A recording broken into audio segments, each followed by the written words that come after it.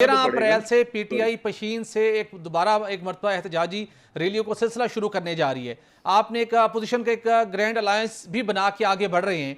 क्या तवक्को रखते हैं कि 13 अप्रैल से जो एक नई एहतजाजी सिलसिलों का सिलसिला शुरू करने जा रहे हैं, ये किस हद तक कंक्लूडिंग हो सकेगा पीटीआई के लिए, और क्या कोई बड़ी तब्दीली लाने में कामयाब हो पाएंगे? ये सिर्फ सड़कों पर एहतजाज होगा, पॉलिटिकल इंस्टेबिलिटी क्रिएट होगी, या कोई वाकई आप समझते हैं कि हुकूमत को कन्विंस करने में कामयाब होंगे, कोई बड़ी तब्दीली ला पाएंगे इन नई एहतजाजी रैलियों के जरिए से?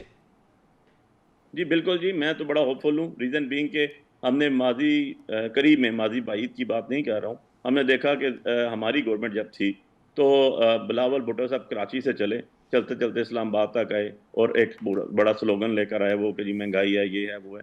अब बात यह है कि जी हमारा जब भी आप पॉलिटिकल आपकी पोल्यूशन होती है किसी एक एजेंडे के ऊपर, तो इसका मतलब यह है कि उस एजेंडे के ऊपर तमाम पॉलिटिकल पार्टीज जो आपके साथ चल रही हैं वो मुतफिक हैं, और उसके ऊपर हमारा तो एक सिंगल एजेंडा है, हमेशा प्रोटेस्ट पीसफुल कॉन्स्टिट्यूशनल राइट के अंदर रहते हुए, लेकिन डिस्क्रिमिनेशन जहाँ की जाती है, प्रॉब्लम वहाँ क्रिएट होता है। जैसे फॉर एग्जांपल हमने इस्लामाबाद में एक एहतजाज किया प्रेस क्लब के सामने, जो पार्क है उसके अंदर, जो जगह है जहाँ पर सारे लोग करते हैं, वहाँ पर रात को एडमिनिस्ट्रेशन ने आके शावर से पूरे पूरे गड़े खोद दिए, आज भी खुदे हुए हैं। यार पब्लिक एक्सचेकर का पैसा, पब्लिक प्रॉपर्टी को आपने तोड़ दिया। हमारे साथ हमारे टाइम पे ठीक 3 बजे डी चौक में जमात इस्लामी एहतजाज कर रही थी, उनको किसी ने कुछ नहीं कहा, उनको एनओसी दी गई। चलिए, आप तो जमात इस्लामी भी आपके साथ होगी, आपको भी लगता है कंफर्ट जोन मिलेगा इस मरतबा? जमात इस्लामी आपके साथ होगी ना सर?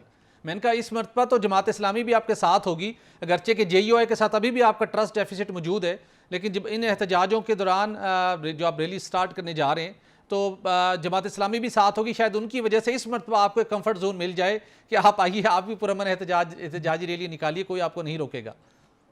देखिए जी, कंफर्ट जोन किसी का मतलब जवाबदीदी हक नहीं होता। मैं पाकिस्तानी शहरी हूँ तो मैं कॉन्स्टिट्यूशन के मुताबिक अपना हक मांग रहा हूँ, किसी से भीख नहीं मांग रहा हूँ। अब मैं अगर एप्लीकेशन देता हूँ कि भाई मैं एहतजाज कर रहा हूँ, तो मुझे तो देना गवर्नमेंट का फर्ज है, एडमिनिस्ट्रेशन का फर्ज है। अगर तो एडमिनिस्ट्रेशन ने हलफ उठाए हुए और काम ईमानदारी से करने हैं, अगर वो पे रोल पे हैं, गवर्नमेंट के वो एज अ लोंडी काम कर रहे हैं, तो उसके ऊपर तो मैं कोई बात नहीं कर सकता। मैं तो अपना एक लेके पिटीशन लेके हाई कोर्ट चला जाऊंगा, यही हो सकेगा ना फिर। मैं तो कॉन्स्टिट्यूशनल आदमी हूँ, मैं एक लीगल राइट के ऊपर एक सिविलाइज्ड शहरी हूँ, मैं तो नहीं किसी को गाली गलौज दे सकता, मैं तो नहीं सड़क पे खड़े होकर, लेकिन एहतजाज तो मैं कर सकता हूँ ना। अगर मेरे साथ ज्यादती हुई है और मुझे एहतजाज भी ना करने दें और फिर कहेंगे जी बैठ के बात कर लें, यार किससे बात हो सकती है, कैसे बात हो सकती है? बात करने के लिए हाथ भी बढ़ाया जाता है। कोई बंदा कहता है अच्छा यार गलती हुई है, आपको हम सुने तो सही, आपके साथ क्या प्रॉब्लम हुई है, आपके लोगों के साथ ज्यादती क्या हुई है, आपके ऊपर फेक एफआईआर क्या हुई है, मुझे आप बता दें। मैंने अभी आपको एक एग्जांपल दी कि मैंने अभी कल के दिन में 14 एफआईआर जैन कुरैशी के ऊपर, जो बाद में 6 महीने बाद सप्लीमेंट्री स्टेटमेंट्स 9 महीने में इन्वॉल्व कर दिया गया। यार कोई पूछने वाला है? मैं तो आपको कह रहा हूँ, आपके प्रोग्राम के वसत से कह रहा हूँ कि भाई आपके पास कैमरे मौजूद है, जिन्होंने किया लटका दो उनको यार। लेकिन ये तो कोई बात नहीं कि जो लेफ्ट राइट से जा रहा है उसको उठा के अंदर रख लेंगे। इसको कहते होते हैं, जो आपने कल सुप्रीम कोर्ट में भी सुना, आपने उसकी हेयरिंग में भी सुना, ये तो एक टेक्निकली इंजीनियरिंग हो गई। इसको तो कहते हैं कि इन्वॉल्वमेंट, पॉलिटिकली मोटिवेटेड इन्वॉल्वमेंट हो गई। इस तरह ना मुल्क आगे चलते हैं, ना पॉलिटिकल स्ट्रक्चर आगे चलता है, ना पॉलिटिकल पार्टीज के लिए बेहतर होता है। जो ये कर रहे हैं उनको भी रिस्पॉन्सिबल है, सारी दुनिया को नजर आ रहा है। तो जब आप एहतजाज में जाते हैं, एहतजाज हमारा एक एजेंडा है एहतजाज का कि हमारे साथ ज्यादती हुई है, हमें उसका अजाला दिया जाए। अगर जेयूआई का हमारे साथ मैच करता है, उन्होंने भी कहते हैं कि उनके साथ ज्यादती हुई है, तो डेफिनेटली उनका हक है। जमात इस्लामी कहती है कि उनके साथ ज्यादती हुई है, तो उनका हक है।